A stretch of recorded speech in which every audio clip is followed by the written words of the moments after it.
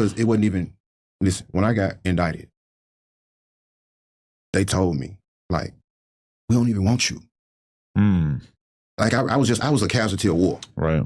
Like, it wasn't me that they was concerned with. You know, they know I had no, like, the people that was invested in their case know that I had no personal beef with Dolph. Right. They know that. When you said they said they didn't want you, who do you think they wanted? Jook and Gotti. Yeah. That's what everyone was saying. They were trying to use you to connect Jook and Gotti to the situation. Breaking news, y'all. The young Dolph case just keeps taking twists.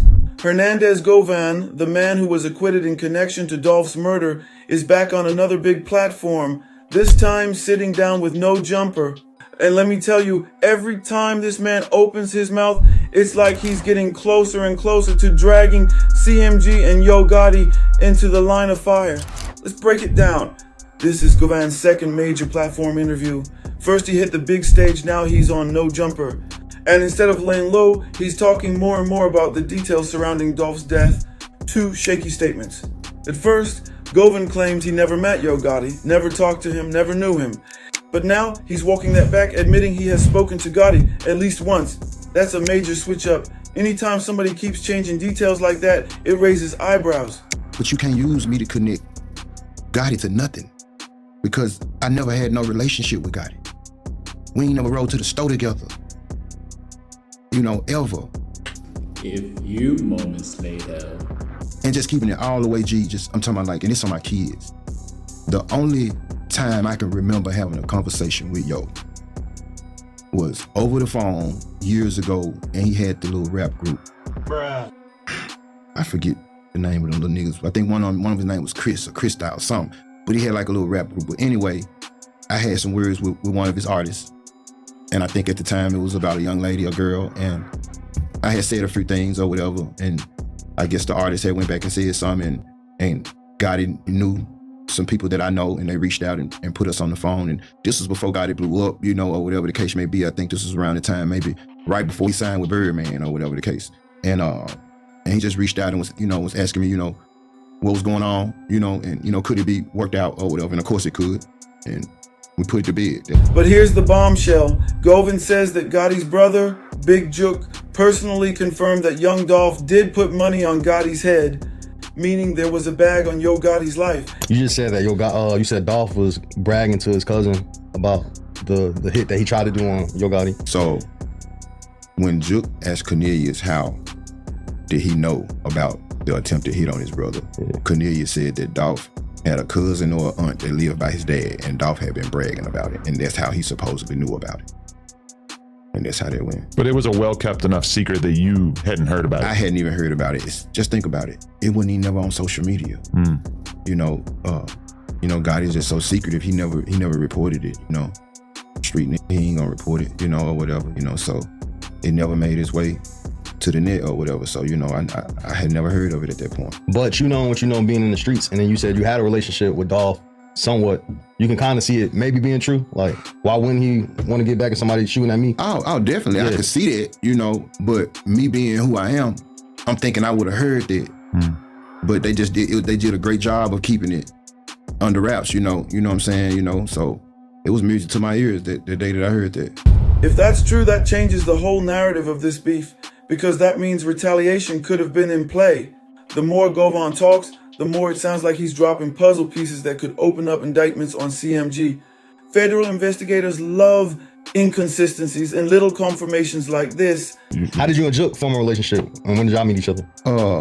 Just from, you know, like I said, I'm real close to Jook's mom married had a marriage or relationship years ago. I'm very close to that person and basically to the whole family. So, you know, it was always a respect based on that. Started gambling together, drinking syrup. You know, it may not be no syrup in the north. He might call it to the mound. It might not be no syrup in the mound. I might call it to the north. You know, just when we were younger, you know, I don't drink syrup no more. So, you know, but, you know, we just formed a bond and, you know, off of that, you know, just your ordinary, I guess, street respect. And so even you and Big Jook having this relationship, you never were around Gotti? Never, you know, when Gotti was always, you know, out of town doing his thing, you know, the music, you know. Jook was more so the streets. Not to say that Gotti wasn't, you know, because Gotti definitely was in the street, you know. But when you look at all the stuff going on around Gotti and the fact that he seemingly is able to keep his nose clean, it feels like that's a very conscious decision, that they don't want Gotti to even be able to be in situations where it might look like he was involved with something, because they know how negative that could be towards the sort of empire that they're building. Does that feel like it's like a calculated choice? I don't think it's more so. I haven't thought about that until you asked the question, but I don't think it's more so calculated. I think he just move how he move. You know, he always been like that. You know, you don't have to know him to see how he move. You know, he never responds to the hate, you know, or whatever the case may be. So I don't think it's more so calculated. I think it's more so just him. Around to do stuff, and like when you look at Gotti, it's kind of like, oh, I feel like you're someone who, you've seen the game, you've been watching it play out for all these years, and you don't want to end up in that situation. So you make sure that you stay very far away from any kind of street shit. Yeah, for sure. He you know, his upbringing was, I guess it served him right, I guess in certain, you know what I'm saying, instances. You know, he seen it all at an early age. You know, so you know, I think if I want to correct me if I'm wrong, I think his mom went to prison, federal prison. Maybe one of his aunts or something like that, or whatever. So you know, he always been around, and he knew the streets at an early age, I'm sure, you know, because it's right there. So I'm sure he know the do's and don'ts. He probably learned them sooner than a lot of other people did. So you are forming this relationship with Jook and everything, but did you have a relationship with Dolph prior to this, or how well did you know him? I mean, me and Dolph didn't have a relationship where I wake up on the phone and call him, hey, what up, bro? What you got going on? And pull up on me. It wasn't nothing like that. It was, if I had some good weed in Orange Mound that they didn't have necessarily access to at that time, in Castalia, there's been times where he's called me and I've called him when he's had a certain grade of marijuana or strand that I didn't have. And you know, so you know, yeah, we've done those type of transactions for sure. And, okay. Yeah, and like I said, you know, Big Daddy O, the leader of Paper Route, good dude. Know him personally. Been in them rooms hustling all night with, you know, doing what we had to do. And Govan just might be saying too much. So here's the question. Is Hernandez Govan exposing the truth, or is he trying to clear his own name by throwing Yo Gotti and CMG in the mix? Either way, every word out of his mouth is giving prosecutors more ammo. If he keeps this up, don't be surprised if we see new names tied to this case.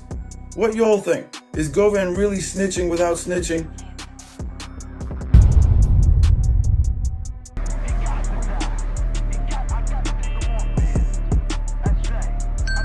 Omegadrip exclusives.